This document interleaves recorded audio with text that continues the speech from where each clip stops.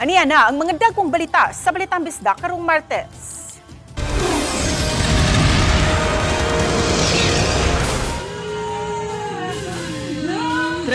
anyos nga lalaki sa Cebu City patay sa leptospirosis. 79 anyos nga babay patay human madasmagi sa motor sa Talisay City. Kamatayon sa mga trabahante sa usa ka manukan sa Compostela atol sa Bagyong Tino giimbestigar sa Dodi 7. Pagkaon ug ice cream gikalipay sa mga bata sa Liloan nga apektado sa Bagyong Tino. Kini ang GMA Regional TV Balitang Bisda. Mayong hapon, ako si Cecil Kibod Castro. Laing kamatayon ang natala dinhi sa Sugbo humantakbuhi sa leptospirosis. Usa ka 31 anyos nga lalaki nga taga Barangay Lorega, San Miguel sa Cebu City. Ang biktima gingong miubog sa baha sa ilang dapit atol sa pagkusukuso sa Bagyong Tino. Ang detalye sa report ni Femery Dumabo. Laing natala ang nakalas tungod sa sakit nga leptospirosis kining 31 anyos nga si Felix Hamamawi. Ulitaw ug mulupyo sa Lorega proper, Cebu City. Matod sa iyang mga igsuon, nakabsan kini sa iyang kinabuhi 1:43 gahapon sa hapon, November 17. Wa pay 24 oras sa dihang nadala kini sa tambalanan niadtong November 16 sa hapon. Human siya moreklamo nga naglisod na og ginhawa, gasuka og nagkalibanga.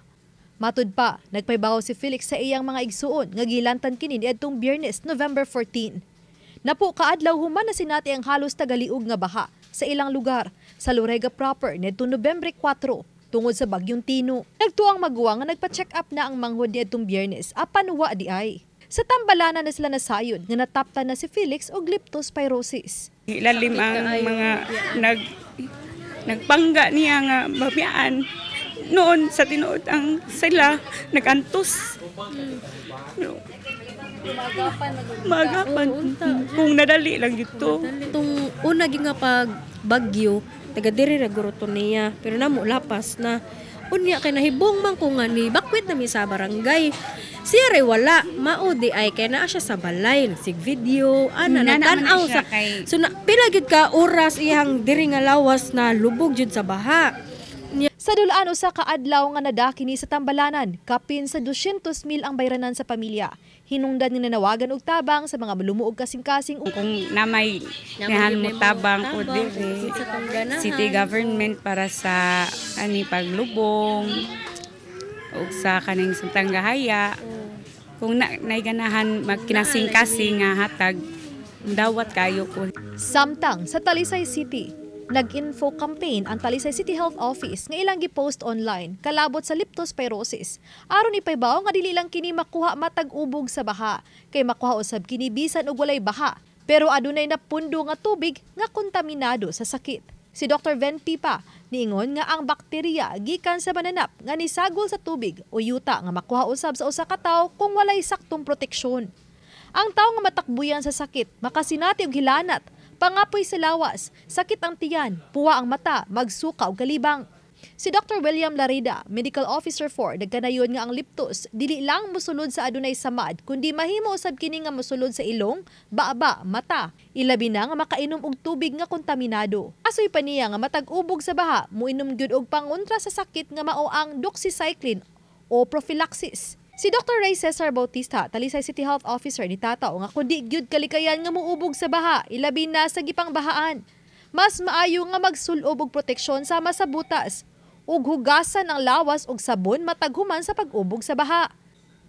Nahibaw-an nga usa ang patay sa leptospirosis nga taga Barangay Kansong Dakbayan sa Talisay nitong Domingo.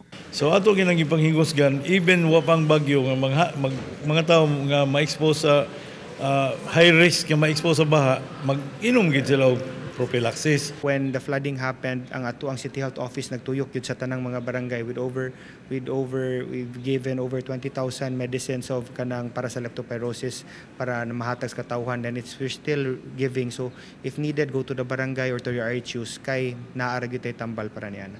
Ang Talisay City karon adunay natala nga 8 ka kaso sa leptospirosis base sa talaan gikan sa probinsya sa Sugbo.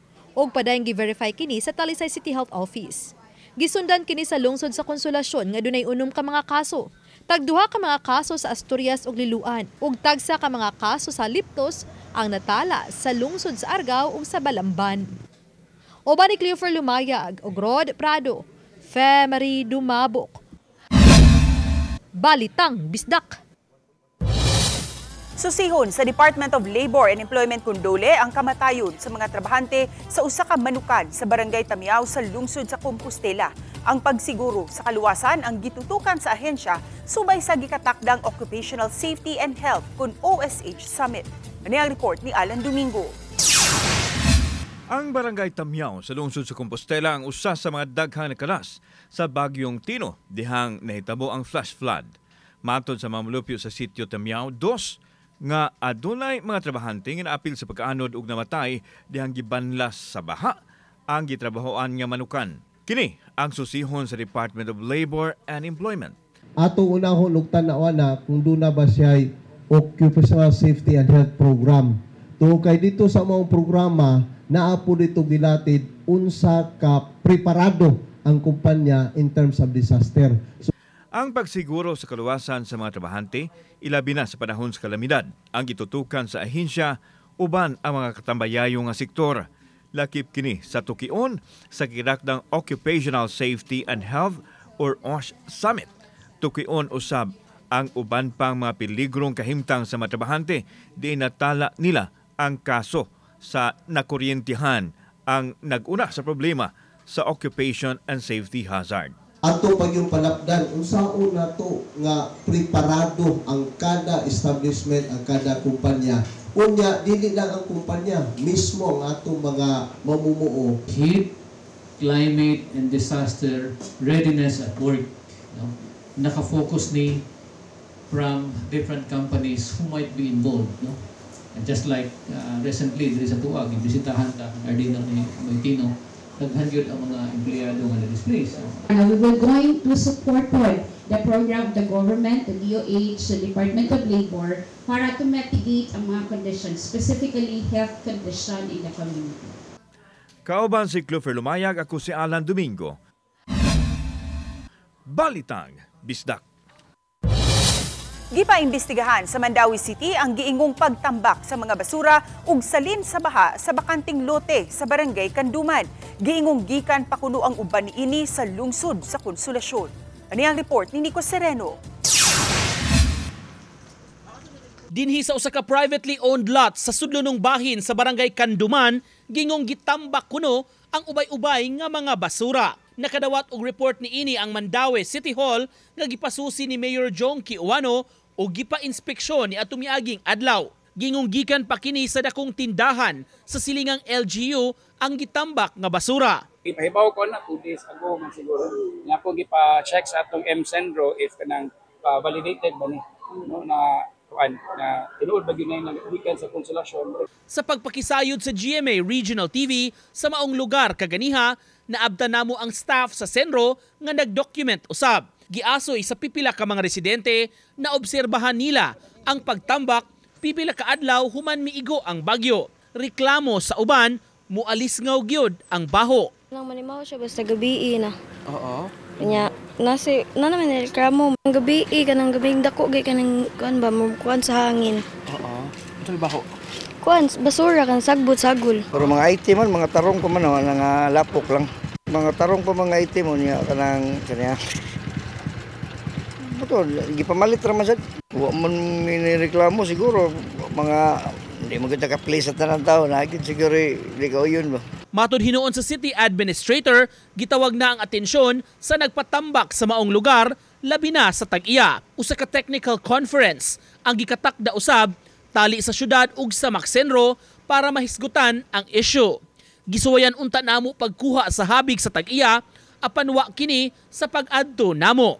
Uban ni Godfrey Relien, Nico Sereno. Balitang Bisdak. Kini ang GMA Regional TV, Balitang Bisdak.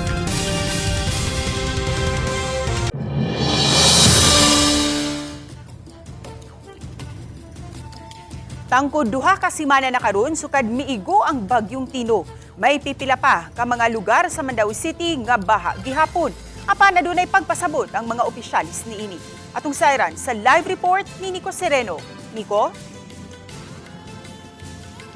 Seski klaro sa City Hall nagpadayon karon ang ilang subsub nga pagpanglimpyo, paghakot sa ubay-ubay gyud nga basura, lakip na kining pagpasaksyon sa napondo nga baha. Pasulod sa interior nga bahin sa barangay Umapad, hinay ang dagan sa mga sakyanan. Tungod kini sa napondong mga basura nga natambak kilid sa dan. Sa unahan, duna na hinuoy mga personnel nga padayong nang hakot sa mga basura gamit ang truck ug heavy equipment. Kuning ato lang pamaagi nga malimpyo lang ni aron yun nga nakahuman na ni mapublas na sa atong operation sa kanal. Duna pay pipila ka mga sitio sa barangay nga baha gihapon sama sa Maydan Batilyer. Makalahos ra hinuon ang mga sakyanan apan og mga tawo ang muagi gikinahanglang muubog yod sa tubig. Ang uban nakabotas. Apan dunay pipila nga nabantayang wala magsulob niini. Bisag wala pa tong bagyo, umuwan og gamay, nagjis tubig. So may tabo, mawala ra dayon. So karon gyud pag human na gyud sa bagyo, mo na ni ang among problema. Way kabutangan sa kahasol sir, labi na way kuryente, walay tubig. Sa among sitwasyon. Pero gagwan talan tanan no may lain kapaingnan. Siga tawa mo ay kay isog kayo way kuryente. Maro na mo ikos. Wa pa kay mima magpanlimpyo sa among kuan. Kay labi na og nawa ang tubig sa among mga tagsa ka mga balay ang nagpabili mga yatok. Grabe kang yatok baga. Sa barangay Upaw may pipila ka parte nga gibahaan gihapon sama sa sitio Ilog o Gran Sena. Matud hinuon sa mga residente sa kalsada nga parte pa ang basa ug uga-uga na sa sulod sa mga balay. Padayon hinuon ang pagpanglimpyo nga gihimo para mapahubsan sa tubig ug dunay mga tawo nga nangunay niini aron mahinlo ang ilang lugar. Ang kanimong areas na wala pa din naubas, bisa pag masaksyon na itong tubig, wasa tayo kalabayan.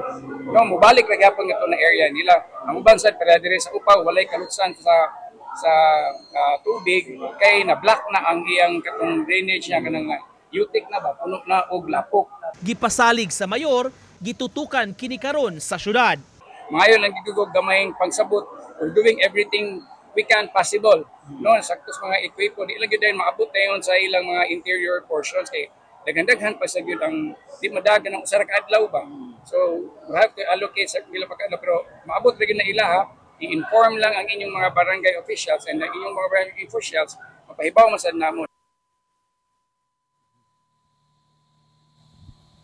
Gawas ini paggamit sa mga existing trucks ug mga equipments sa city government ingon man sa barangay. Mutap na sab ang LGU karon ini mga private partners aron magamit sab ang ilang mga ekipo mapaspasan kining pagtrabaho karon. Gihan ay nasab sa syudad ang Cash for Work program alang sa mga residente makatabang sa paglimpyo sa ilang komunidad. Ses? Dagang salamat, Nico Sereno. Gihimakak sa Monterasas de Cebu ang pamahayag sa Department of Environment and Natural Resources Region 7 nga kapin sa 700 ka mga punuan sa kahoy ang giputol nga walay permit. Si Nico Sereno sa report. Ang nakita po namin dyan, Your Honor, ay yun pong definite, meron pong pagpuputol ng puno. Mahigit 700 puno po yung naputol nang wala pong permit sa DNR. Kini ang giluwatang pamahayag sa Regional Executive Director sa DENR 7 Lodimir Salak atol sa Senate Blue Ribbon Committee hearing sa miaging Biyernes. Sa resulta sa investigasyon, gisaysay ni Salak nga 734 ka mga punuan sa kahoy ang gipamutol sa developer sa Monterasas de Cebu nga walay pagtugot sa DENR. Gani gipahibaw ni Director Salak sa Senate Blue Ribbon Committee nga bayran sa Monterasas ug usa ka gatos ka mga punuan sa kahoy ang matag punuan nga ilang gipamutol nga way pagtugot sa ahensya. At kami po sa DNR, hindi po kami papayag na seedling ang kanilang ipalit. Kailangan puno sa puno. So 73,000 po kapalit ng 700. Kailangan po nilang itanim yan sa lahat ng open areas ng kanilang project. 140 hectares po yan, by the way, Your Honor. Gihangup hinuon sa Mont Property Group ang developer sa Monterasas de Cebu ang investigasyon sa DENR. Apan sa samang higayon, mihimakak sa findings sa DENR 7 nga namutol sila og mga punuan sa kahoy.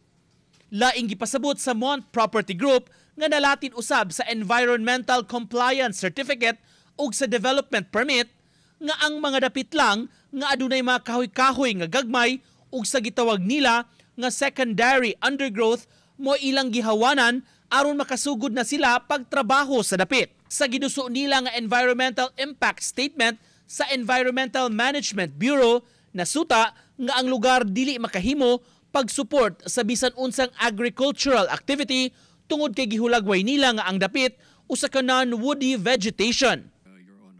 Wala na hinuon masukip sa ilang pamahayag ang tubag nga napo sa 33 ka mga kondisyon sa ECC gingong nalapas sa developer. Uban ni Clans Gabutin, Nico Sereno, Balitang Bisdak. Giila isip Most Outstanding Citizen of Malabon si GMA Network Incorporated Chairman Attorney Felipe L. Gozon. Gumikan sa iyang natampo sa industriya sa media. Niya ang report. Gipasidunggan sa Malabon City ang mga individual nga adunay dakong natampo alang sa kalambuan ug dungog sa lungsod. Nakadawat og Malabon Medal Badge Lifetime Award isip Most Outstanding Citizen of Malabon si GMA Network Incorporated Chairman Attorney Felipe L. Guzon. Matod ni Attorney Guzon, iyang gikalipay ang pag-ila kaniya isip usa sa mga nakatampo sa kalambuan sa lungsod. Atol sa iyang speech, gisaysay ni Attorney Guzon ang iyang pagkabata kaniadto. Og bisag wa na siya nagpuyo sa Malabon, nagpabilin gyapon ang iyang kasing-kasing sa lungsod. Dahil ang team parangal sa mga nakaraan o gunitain natin ang nakaraan, I would like to say that I am proud that I studied in Malabon Elementary School during my primary grades. That was a very, very long time ago. That I learned how to swim in Malabon River when it was not yet polluted. And that I spent my early formative years in Malabon. Lakip usab sa mga pasidunggan ang iyang mga igsuon nga sila si Carolina Guzon Jimenez o Florencia Guzon Tariela nga nakadawat og dangal ng Malabon Award. Matud sa Kasama Incorporated, kinsa nag-organize sa kalihukan, gila usab si Attorney Guzon tungod sa iyang natampo kabahin sa responsableng pagbalita pinaagi sa pagduma sa GMA Network Incorporated. Giila usab si Senator Loren Legarda, BOC Commissioner Ariel Pomosino, kani Senate President Juan Ponce Enrile ug uban pang personalidad gikan sa sining, akademya, negosyo ug serbisyo publiko.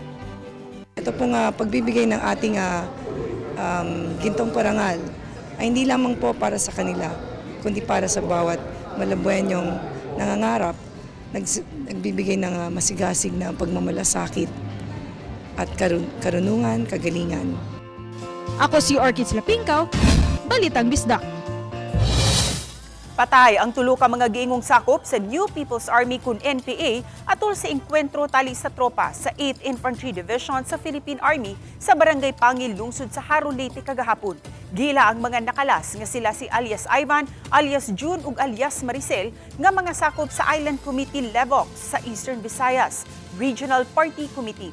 Matud pa sa report, miabot og pipila ka minutos ang sirukliay ug bala tali sa mga 8 grupo ug sa mga militar. Walay naangol o nakalas sa mga sakop sa militar. Nasakmit sa kasunladuhan ang 2 ka kalibre 45, pipila ka mga bala ug ubang mga gamit. Padayon karon ang operasyon sa kasunladuhan sa maong dapit aron masiguro ang kahapsay ug kaluwasan sa mga residente. Kini ang GMA Regional TV, Balitang Bisdak.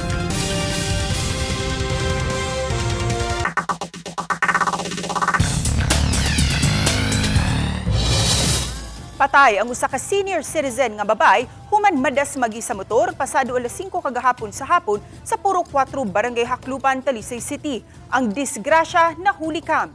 Ano ang report ni Femery Dumabo?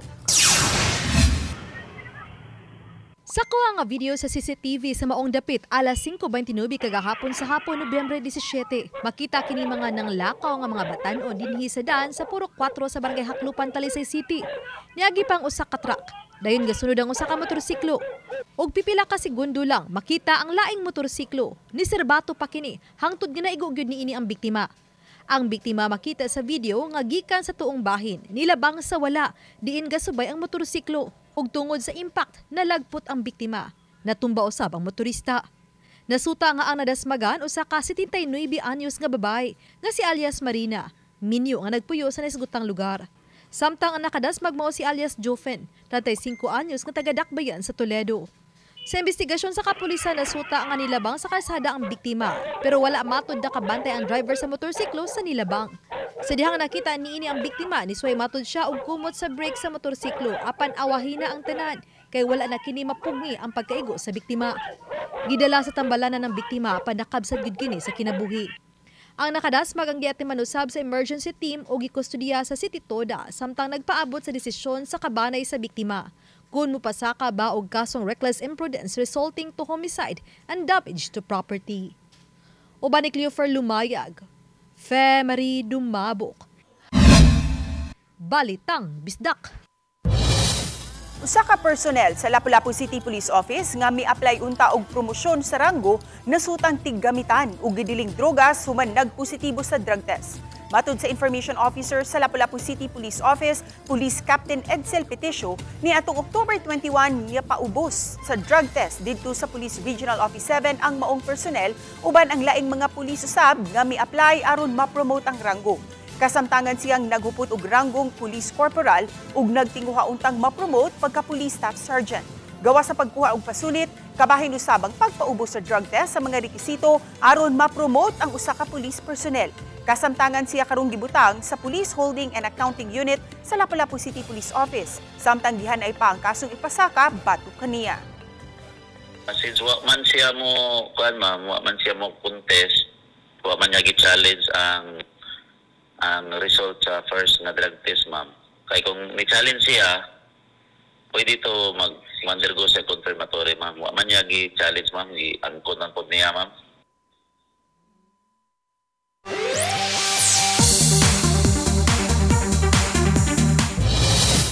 Nag-stand out ang Sparkle artist sa Sparkle 30, the 30th Anniversary Celebration Concert niadtong Sabado.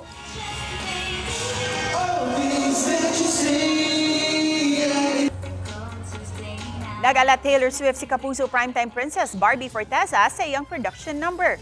Nagpakilig usab si Asia's multimedia star Alden Richards sa iyang song number. All out usab ang performance ni Reyna Michelle D.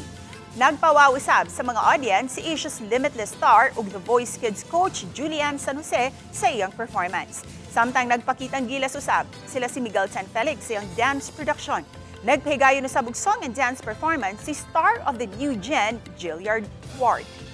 Samtang good vibes usab ang gihatod nila ni comedy concert queen Ai de las Alas, Bubay ug uban pang Sparkle comedians. Wa usab magpahuwi paulahi ang Kapuso housemates, lakip na ang Maka ug Sangre Stars sa production numbers. Present usab sa event sila si GMA Network Senior Vice President Attorney Annette Gozon Valdez ug Sparkle GMA Artist Center First Vice President Joy Marcelo nga adunay pa-mini birthday celebrations. Gilusad usab ang usa ka campaign nga inspired sa mitaliwan nga Sparkle artist nga si Aman Atienza. Moabot sa 250 ka mga tao ang nahatagan og pack meals ug ice cream sa pipila ka mga lugar sa liluan ni atong weekend.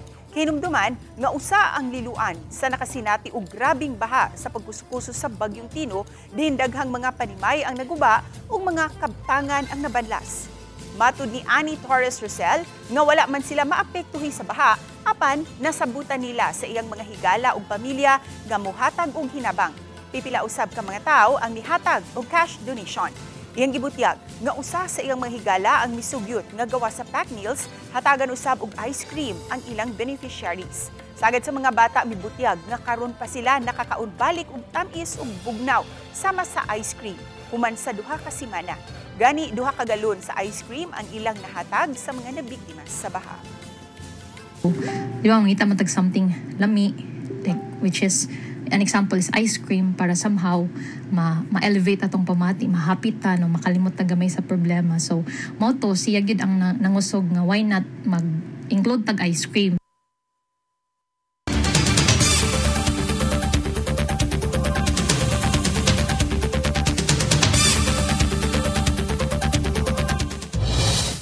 Naalarma si Cebu City Mayor Nestor Archival sa nahitabong landslide sa Barangay Bakayan nga naglambigit sa nahugno nga paril sa usa ka subdivision. sa pagkahugno sa usa ka high fence nga koral haduol sa usa ka subdivision nga mitabon sa usa ka 25 anyos. Maayo na lang nga naluwas kini. Subay niini, mopahigayon og pakisusi ang mayor sa tanang earth-moving activities sa mga bukirang barangay sa Dakbayan. Sa press conference kagahapong adlaw, gipasusi ni Archival ang padayong hauling o pagpanghakot og filling material sa may bakayan. Samtang awhag sa mayor sa mga developer nga dili lang magpasulabi sa pagginansya sa ilang negosyo bugti sa pagkadaot sa kinaiyahan. Aside from profit, kinahanglan dili nato gyud kanang madaot ang kinaiyahan, because the moment you start doing it, mubalik yun na nato. So I'm asking them to make sure na maka-profit magani ka pero dili makadaot sa atong kinayahan, because gisugda na ang road closure sa Partisadan sa Barangay Luok, Mandawi City tungod sa road rehabilitation. Daan ang gipahibaw ang pagpasira sa parte sa CO1 Street kanang pasulod sa Barangay Luok tungod sa kondisyon sa dalan nga lubak na kaayo. Gikinahanglan kining ma-rehabilitate. Ilabi na nga agianan kini og mga dagkong sakyanan. Sa abiso sa team, gipatuman ang road closure maong giabisuhan ang mga motorista agi sa alternatibong agianan. Gamit kayo ang maong dapit sa mga magsubay sa reclamation area ug mopaingon pa sa Lapu-Lapu, mo shortcut sa maong lugar.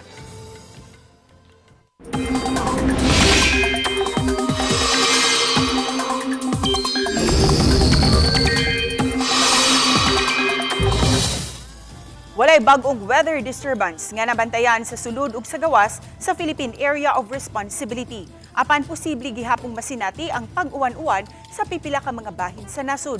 Tungod kini sa Intertropical Convergence Zone kun ITCZ, shearline, easterlies ug amihan. Subay sa rainfall forecast sa Metro Weather, adunay kahigayunan nga uwanon ang pipila ka mga lugar sa Eastern ug Central Visayas sama sa Sugbo, Bohol, lakip na Samar ug Leyte provinces. Posible usab nga uwanon ang uban pang lugar sa nasud. Kami ang GMA Regional TV Balitang Bisdak. Kinatibukang pwersa alang sa mas dakong misyon ug mas halapad nga pagalagad sa nasud. Mga kapuso, 37 days to go na lang ug Pasko na. Mayong hapon mga kapuso.